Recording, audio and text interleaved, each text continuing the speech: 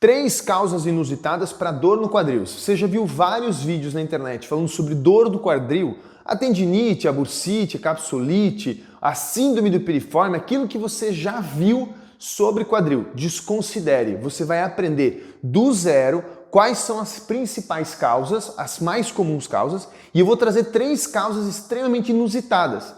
Você vai entender o raciocínio por trás do porquê que o seu quadril está sofrendo, o que ele indica, o que essa dor indica e como que você vai tratar a real causa.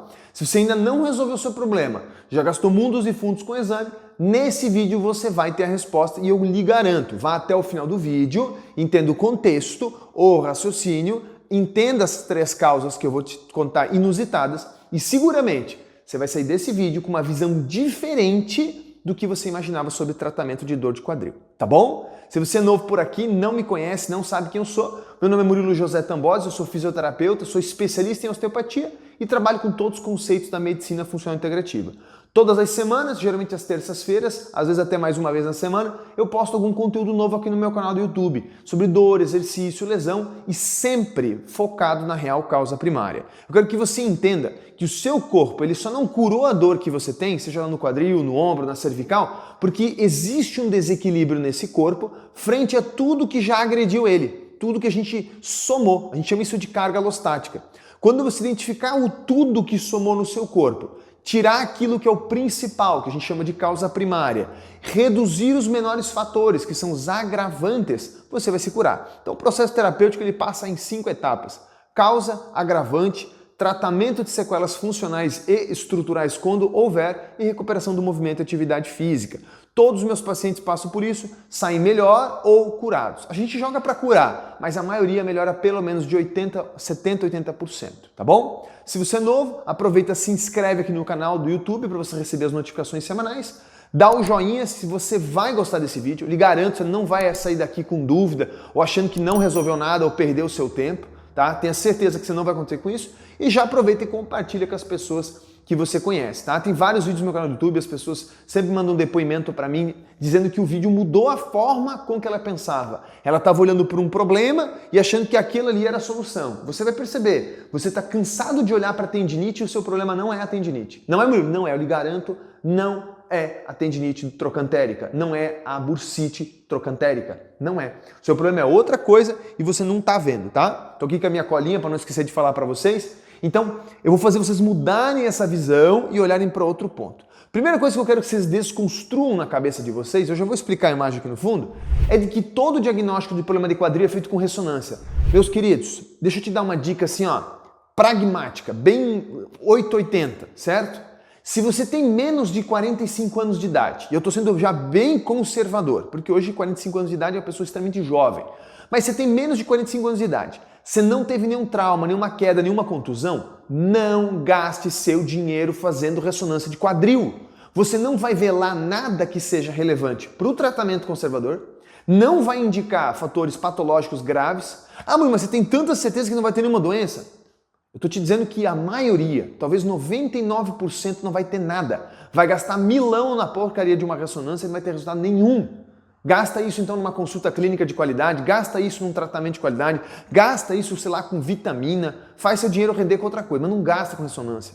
Você tem menos de 45 anos, não teve trauma, queda, contusão, batida, não faça esse exame, você está jogando dinheiro fora, tá? Faça uma boa consulta clínica. O que vai aparecer ali são alterações estruturais, quando aparecer, que podem ou não estar relacionadas à sua dor. Então o primeiro erro que as pessoas fazem, achar que na ressonância tu faz o diagnóstico.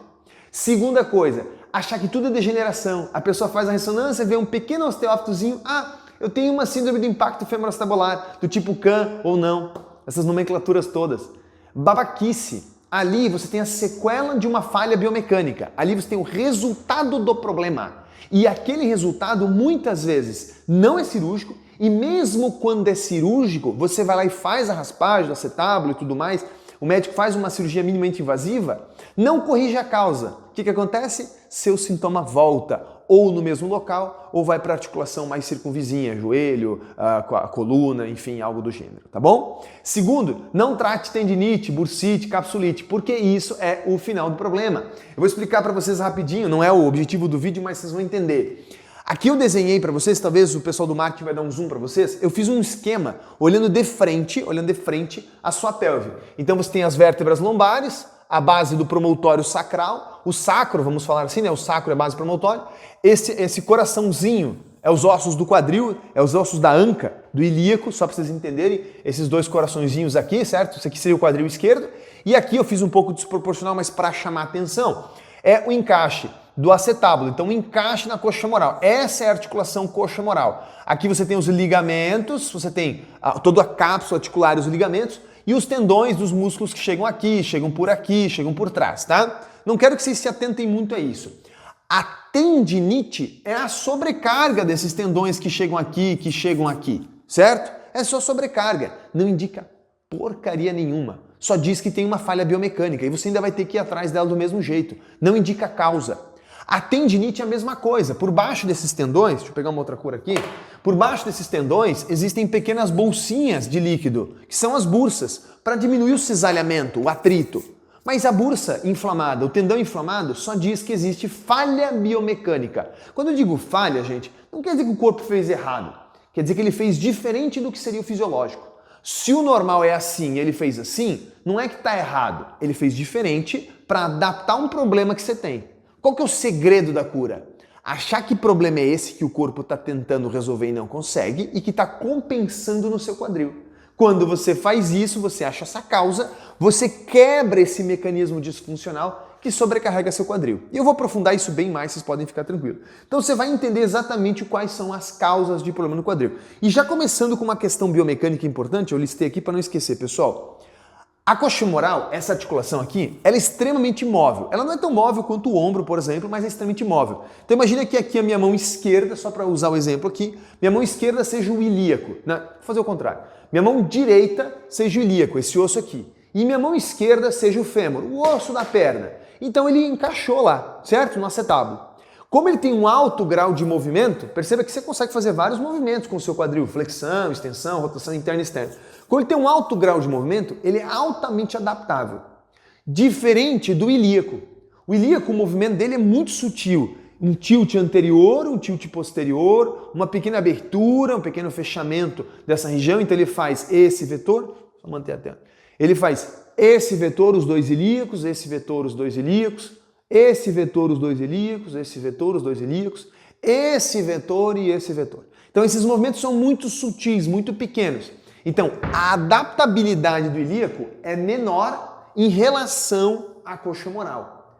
E aí vem a pergunta: quem trabalha mais sofre mais do que quem trabalha menos? Aonde tem hipermobilidade, você vai ter sobrecarga e dor. Aonde tem hipomobilidade, diminuição de movimento, não há tanto prejuízo, ok? O mesmo se aplica ao sacro, tá? Deixa eu pegar aqui a canetinha também. No sacro, existe lá na coluna uma articulação chamada sacroiliaca, que fica nessa região aqui, que liga o sacro ao ilíaco. Ela também tem movimento, ela participa do movimento do sacro em relação ao ilíaco. Quando você caminha, por exemplo, para que a coluna não faça um movimento em bloco. Então o sacro ele vai fazer um pequeno movimento assim, um pequeno movimento anterior, posterior, rotacional à direita, à esquerda, com inclinações. É tudo tridimensional. Então faz flexão, faz extensão, inclinação à direita, rotação esquerda e eixos tridimensionais. Então o sacro, que é a base da coluna, tem que fazer isso para não justamente jogar carga de forma desordenada na coluna. Quando você caminha, a carga tem que entrar pela perna, certo? Pelo pé, pela perna, pela coxa e subir e chegar na coluna de uma forma homogênea, de uma forma equilibrada. Então a carga mecânica está vindo nesse sentido, lá no quadril ela vai ter que entrar nesse sentido da coluna, certo? E chegar no centro do corpo do paciente e se dissipar por todo o corpo. Todas essas cargas, pessoal, são dissipadas pelos músculos, pelas fáscias, pelos ligamentos, né? Então existe uma transferência de carga importante. O desenho aqui não é muito lindo, mas acredito que vocês estão entendendo. Então, o ilíaco e a coxomoral. Se o meu ilíaco for um pouco anterior, a coxomoral vai um pouco posterior. Se o meu ilíaco for posterior, a minha coxomoral vai anterior. Isso eu estou sendo bem simplista, porque existem movimentos de rotação, o joelho vai projetar mais para dentro, mais para fora, então não dá para explicar isso tão fácil aqui num esqueminha, tá? Mas queria que vocês entendessem isso. A dor que você sente no quadril, ela é fruto de uma falha biomecânica desse enredo. Sacro, ilíaco, coxofemoral. A dor que você sente no quadril está ligada a isso. Você não vai pegar um paciente que não teve trauma, lembrando, não pode ter trauma, hein? Trauma é uma novela diferente, né? O paciente começou com uma dor no quadril do nada. Você não vai pegar um paciente com dor no quadril que não tem uma falha dessa. E aqui uma ressalva, você pode ter dor no quadril direito e a falha está no lado esquerdo, e vice-versa. Mas existe a necessidade de haver uma disfunção nessa região, porque ela é uma região altamente adaptável. Então, a coxa femoral, os músculos, os rotadores, o piriforme, o quadrado femoral, o pectíneo, os adutor, todos os músculos que estão aqui, anteriores, posteriores, ou tanto faz, estão adaptados. Por isso eles estão sofrendo, eles estão transferindo carga de forma desordenada. Aí a pergunta que você deve me fazer, tá bom, doutor, então aqui eu tenho uma pista do problema. Da onde vem esse problema? Causa número 1, e aqui eu separei para vocês, acompanhe o raciocínio. Acompanhe o raciocínio. Se eu tenho um problema dentário na mandíbula direita, então tem lá, por exemplo, um canal maltratado, uma obturação de amálgama, um pequeno desajuste oclusal, coisa bem besta. Esse problema vai criar disfunções em todo o meu hemicrânio, tensionar um tecido chamado saco dural, a camada mais externa das camadas meníngeas, e ela vai criar não só disfunções na cervical, também vai criar disfunções lá embaixo, onde a dura mater se fixa. A dura mater, esse tecido neurológico altamente denso, rígido e pouco flexível, se fixa em S2, então na altura do sacro, mais ou menos na metade do sacro. E aí que está a grande jogada, meu querido. É aí que está o grande problema. Para o teu corpo, um problema neuropático dentário é muito mais grave do que um problema musculoesquelético. Vocês já vão entender as outras causas eu citei. Então, tendo um problema dentário dessa magnitude, que para você, seguidor, acha que isso é besta, isso é bobeira, isso não existe, isso é muito pequeno, você não entende do corpo. Vai por mim. Você não entende que o corpo ele tem prioridades. Para o corpo, a parte neural é muito mais nobre que a parte locomotora. A parte visceral é muito mais nobre que a parte locomotora. Na verdade, a parte locomotora, gente, é a mais inútil para o corpo. É a mais sacrificável. Por isso que ela dói tanto. Por isso que as dores estão referidas musculares. Porque é ela que paga o pato. Eu brinco que é um pouco pejorativo isso, né? Mas o sistema músculo-esquelético são os escravos. Entendeu? Tem alguém mandando. Então, quando existe um problema, vamos imaginar aqui, ó, né? No crânio do lado direito, a dura mater ela vai criar tensões, gerando um bloqueio na articulação do sacro do lado esquerdo. Então, essa estrutura do sacro do lado esquerdo, chamada de base sacra, então a base do sacro, do lado esquerdo estará mais alta. Então, você vai ver a base da sua coluna, em vez de reta, assim. E dessa forma, o seu ilíaco ele vai rotacionar para a esquerda, ele vai ficar posterior e rotacionado para a esquerda. Isso é uma fisiologia, é uma adaptabilidade, ok? Mecanismo de adaptação.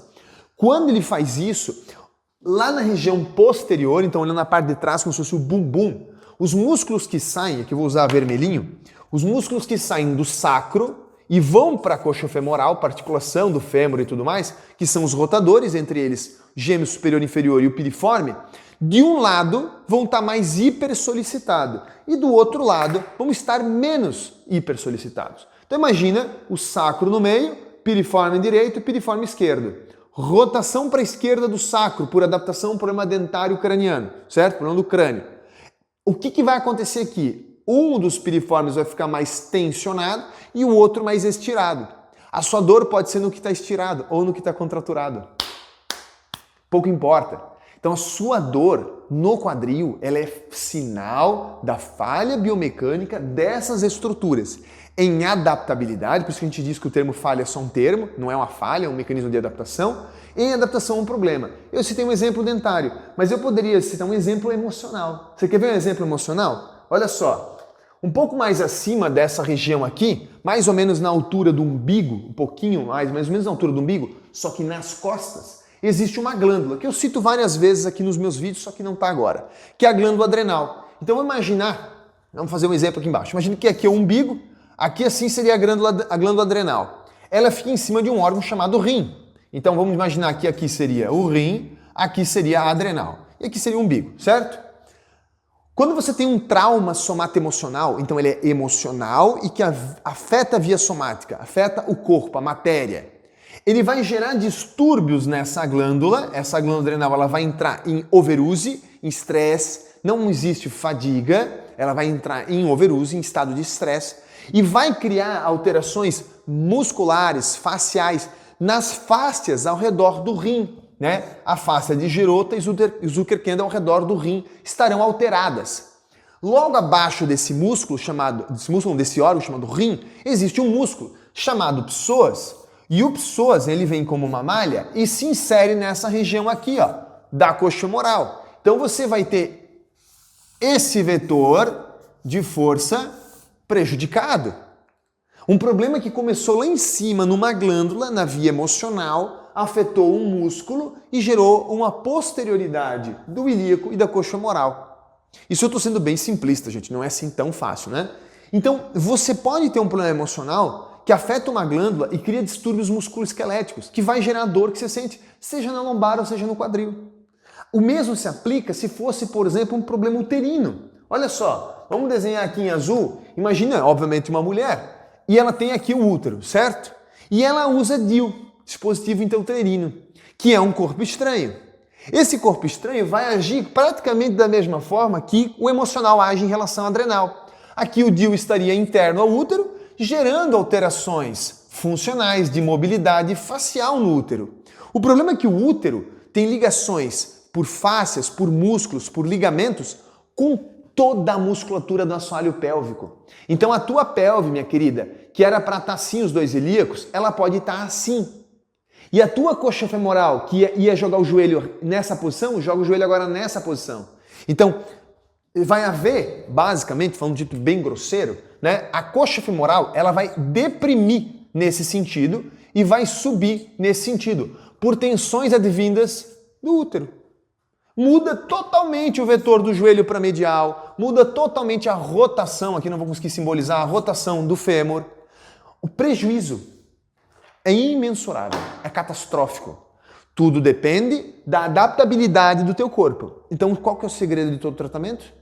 Como eu melhoro o meu sistema imune para ter uma boa adaptabilidade, independente se é um DIU, se é um problema emocional ou se é um problema dentário.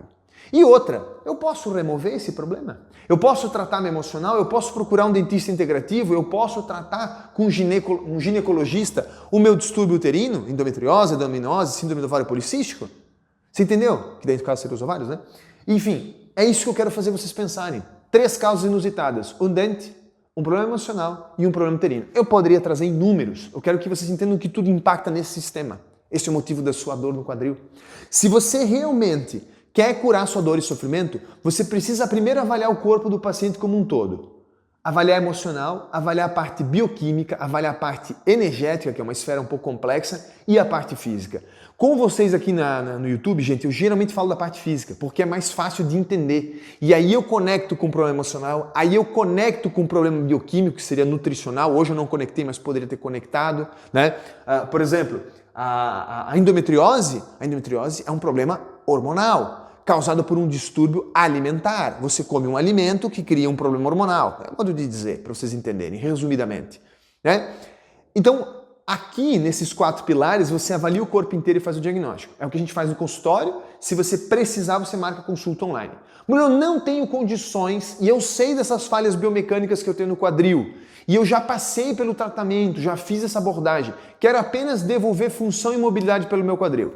Aqui embaixo tem o nosso e-book de joelho e quadril, com mais de 20 exercícios completos para melhorar todo esse complexo. Vocês vão ver que eu cito como melhorar a mobilidade do ilíaco posterior, do ilíaco anterior, como fortalecer os rotadores, como salvar essa situação de falha biomecânica. Mas se você tiver um problema, você precisa ir atrás dele. Aqui embaixo também tem material que ensina você a fazer o autodiagnóstico, a fortalecer seu quadril, a devolver mobilidade. Mas se você não sabe o que fazer, não tem jeito, querido. É consulta mesmo, pode ser online, a precisão é a mesma. Você vir a Rio do Sul, Santa Catarina, que é onde hoje eu atendo, ou fazer à distância, como vários clientes meus de fora do país fazem, dá na mesma. O diagnóstico é o mesmo, a conclusão é a mesma. A abordagem terapêutica muda um pouco, mas é melhor você ter pelo menos o diagnóstico em mão, saber o que você tem e saber como cura, tá bom? Se você viu esse vídeo inteiro e ainda ficou com dúvida, escreve nos comentários de uma forma inteligente e sucinta a sua dúvida, que alguns eu respondo.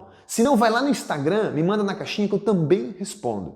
E se você quer vídeos novos com esse mesmo enredo e contexto, escreve aqui embaixo. Eu posso fazer vários vídeos para vocês com outras causas e outras relações, mas queria que vocês abrissem os olhos.